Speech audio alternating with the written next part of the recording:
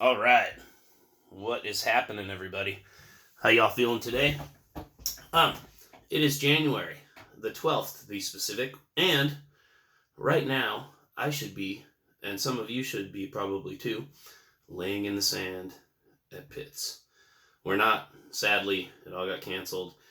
I hope everyone stays healthy out there. It's important that we do these days. And do what you can. I'm vaccinated. Get yours. Do your thing. Help everybody else out. Don't get sick.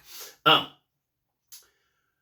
with that said, I've been thinking about a lot of other things since I haven't been able to go to the shows, or wasn't able to go to the shows, and a couple stories popped into my head that aren't in my book. And I'll tell you about them in one more second. This crazy shirt, I'm not often wearing tie-dyes. I usually tend to wear darker clothes. I'm a skateboarder and I destroy shit. But our old friend Barry, who went to Pitzer College, who we used to see shows with back in the 80s, would hand paint these shirts. And these roses are beautiful. I don't know if you can see this, but it is an amazing shirt, and it goes all the way around to the back.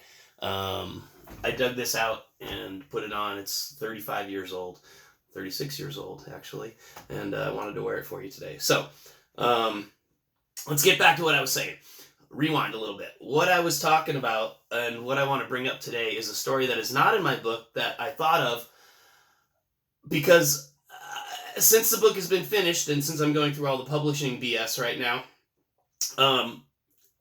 it's difficult to bring stuff back and put it in the book, but all these other stories are piling up that I didn't put in there. So here's one of them for you now.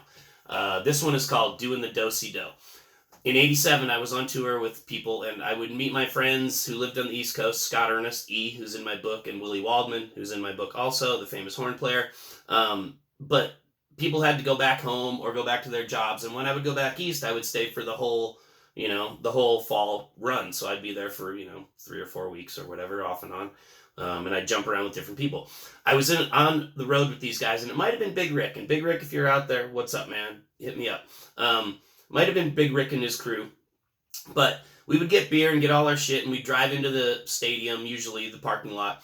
And the first thing one of the dudes did when we drove in was started yelling, Dosey Doe, Dosey Doe, Dosey Doe, Dosey Doe. And the other dudes in the van were like, Dosey Doe, Dosey Doe. And they started singing this weird fucking song. I didn't know what they were talking about. And they're like, you in? You want a Dosey Doe with us? And I'm like, I guess. Tell me what it is. What Dosey Doe is when you got beer, like beer, pick up cans. You would take however many people were in the car or however many wanted to play. And this is a very consensual game, understand. Totally consensual. You knew how much and what was going on. You would take a vial of acid, and you would put out the number of beers there of people in the car who were participating. So the first time, I did it twice. 2 times I played Dosey Doe. One time was 4 beers, one time was 6. 4 people, 6 people. One person takes a tiny drop and goes doop and sets it right on the lid of the beer. And they've got ice and water on them anyway, so you can't just see that one drop on there. And then the beers would get mixed up on top of the cooler without us looking. And then another person would come in and mix the beers up one more time. And then we would all pick up our beer, pop the lid, and the hit would drop down into the beer. You would drink your beer. And like I said, this was right when we got in the parking lot. So after that, you would start going about your I'm in the parking lot now, I got shit to do business, like busting out your posters to sell, rolling joints, like just getting ready to go to the show, make sure you got your tickets, whatever, all the shit. So 20 minutes to a half an hour later, people in the next van got music going. We got our Dead playing in the van. It's the fucking Dead lot. It's Shakedown. Everybody's got their music going. So after a little while, one of the people would be like, and start to space out a little bit, and everybody would start laughing and be like, you got the Dosey Doe, you got the Dosey Doe. So you didn't know who was going to get it, but one person would get the Dosey Doe from the beer can, and they would be the first person who'd start dancing around, doing the Dosey Doe, starting to space out. So I'm not saying that you should play this game, and if you ever do, make sure that every single person knows it and do just a little tiny drop, because all the rest of us were going to dose later that night anyway. But it was a game these guys developed on the road as a jump start and a funny way to get yourself going in the parking lot. So at any rate, like I said, I played it twice. It was crazy fun. And I don't remember who you guys are. I think it was part of Big Rick's crew. I don't know.